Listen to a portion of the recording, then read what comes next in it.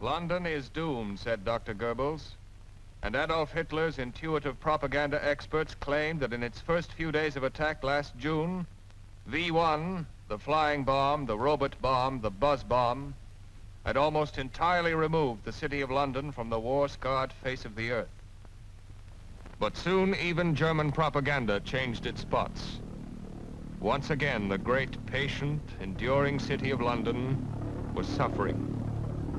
Suffering, but alive.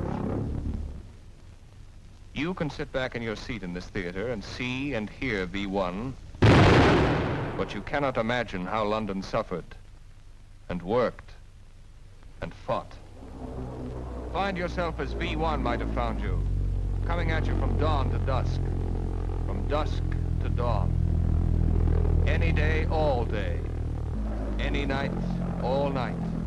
For 80 days and 80 nights. You're an office worker coming home around 6. And this is your house. You're a passenger on a cross-town bus. And this is the end of your last trip. You're a kid at school. And this is your lesson for the day. You're an airman on leave. And this is your welcome mat. You're a diner in a restaurant. And this is where you had your last bite. You're a patient in a hospital. And this is your final treatment. You're a worshiper in a church. And this is where you kneeled and never got up again. Yes, London suffered under V1. 23,000 buildings utterly destroyed. 1 million damaged. Over 5,000 lives lost. Over 16,000 broken. But London worked. You're a member of a heavy rescue squad and you dig with your hands to save a life. You're an attendant in a first aid station and you haven't slept for 3 days. You're a GIMP and you break patrol to help the London Bobby.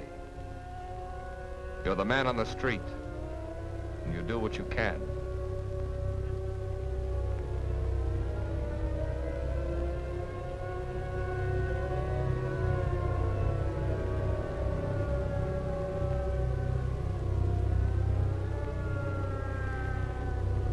London suffered, and London worked, and London fought.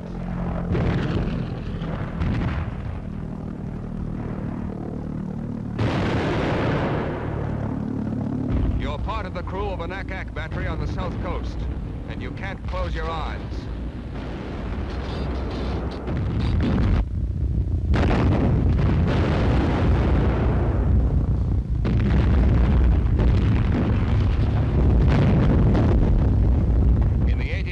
V1 Blitz, you bring down more than 1,500 bombs with Ack.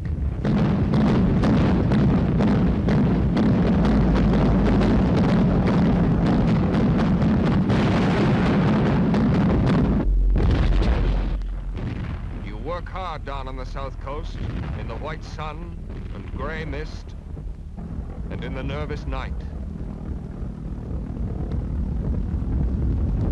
You're a member of a unit in the balloon barrage. In the 80 days, you bring down nearly 300 buzz bombs with only steel cables stretched in the sky. You're the pilot of a Tempest or a Mustang or a new type of Spitfire splitting through space. And you bring down nearly 2,000 pilotless bombers in the 80 days. And it isn't easy. Yes, you fight back and you bring them down in the thousands. But some get through to the villages and towns of southern England, and some get through to London. And their numbers are also in the thousands.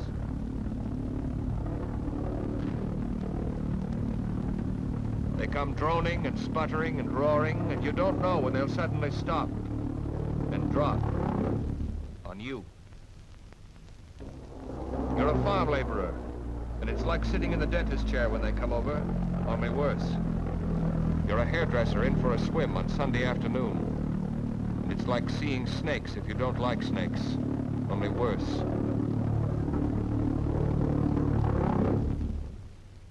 You're a citizen of southern England, and it's a matter of life and death.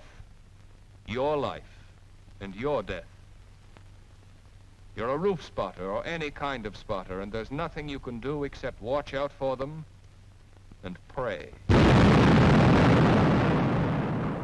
London wasn't doomed, as Dr. Goebbels said, and London wasn't finished. But London was hurt. 50% of V1's total of 8,000 launchings were brought down. But there was death and pain and chaos. Schools, hospitals, churches, time-famed landmarks were high among Adolf Hitler's targets of blind chance. Women and children headed the casualty lists. The city was hurt, but the city will heal. The people of London, of all England, are beginning the work of reconstruction now, are on the job at this moment. Nearly 100,000 of them.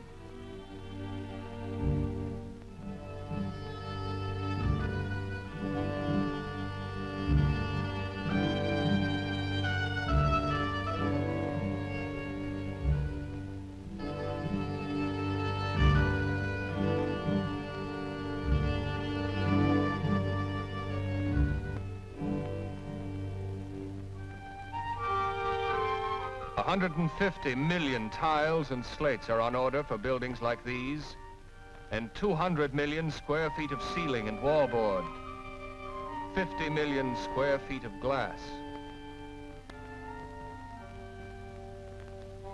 Winter is here, and once again, thousands are the figures. Tens of thousands haven't any homes in England.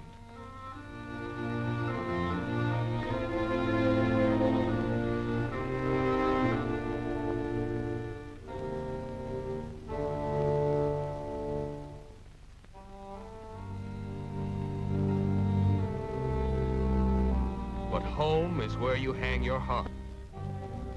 And the people of a great city and a great land are at work, patient and enduring, knowing that their sons and their daughters are the future of a noble nation.